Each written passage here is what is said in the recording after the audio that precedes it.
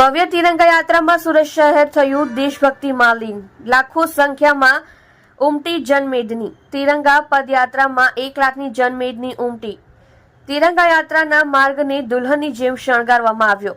વિવિધ રાજ્યના લોકો પારંપરિક વસ્ત્રો પહેરીને જોડાયા. આજે સુરતમાં ભવ્ય તિરંગા પદયાત્રાનું આયોજનને લઈને તૈયારીઓ આખરી ઓપ આપવામાં આવી રહી છે.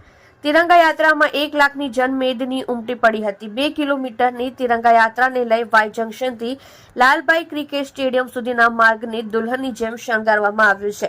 યાત્રામાં પોલીસ બેન્ડ, અલગ અલગ વિભાગોના ટેબલો અને સાંસ્કૃતિક કાર્યક્રમનું આકર્ષણ જોવામાં મળી રહેશે.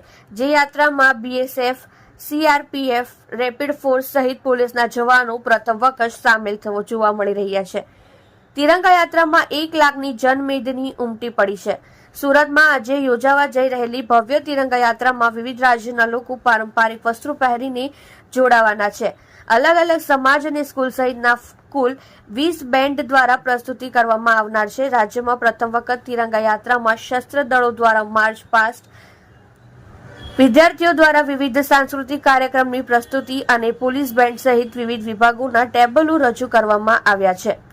સાંજે 6 વાગ્યાથી વાય જંકશન ખાતેથી યાત્રાની શરૂઆત થઈ હતી. યાત્રાને લઈ 19 ઠેકાણા ઉપર પાર્કિંગની વ્યવસ્થા કરવામાં આવી છે, જેમાં 6510 ટુ વ્હીલ, 1970 ફોર વ્હીલર અને 400 બસની કેપેસિટી રાખવામાં આવી છે.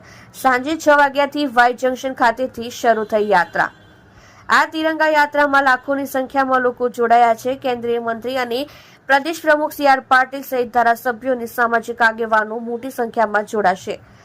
રાજ્ય ગૃહમંત્રી હર્ષ સંઘવીની આગેવાની હેઠળ તિરંગા પદયાત્રાનું આયોજન કરાયું છે. શહેર ભાજપ દ્વારા પણ બૂથ સ્તરથી આજે 5 લાખ તિરંગાઓનું વિતરણ કરવાની જાહેરાત કરવામાં આવી છે, જે દરેક બૂથ પરથી 150 તિરંગાનું વિતરણ કરાશે.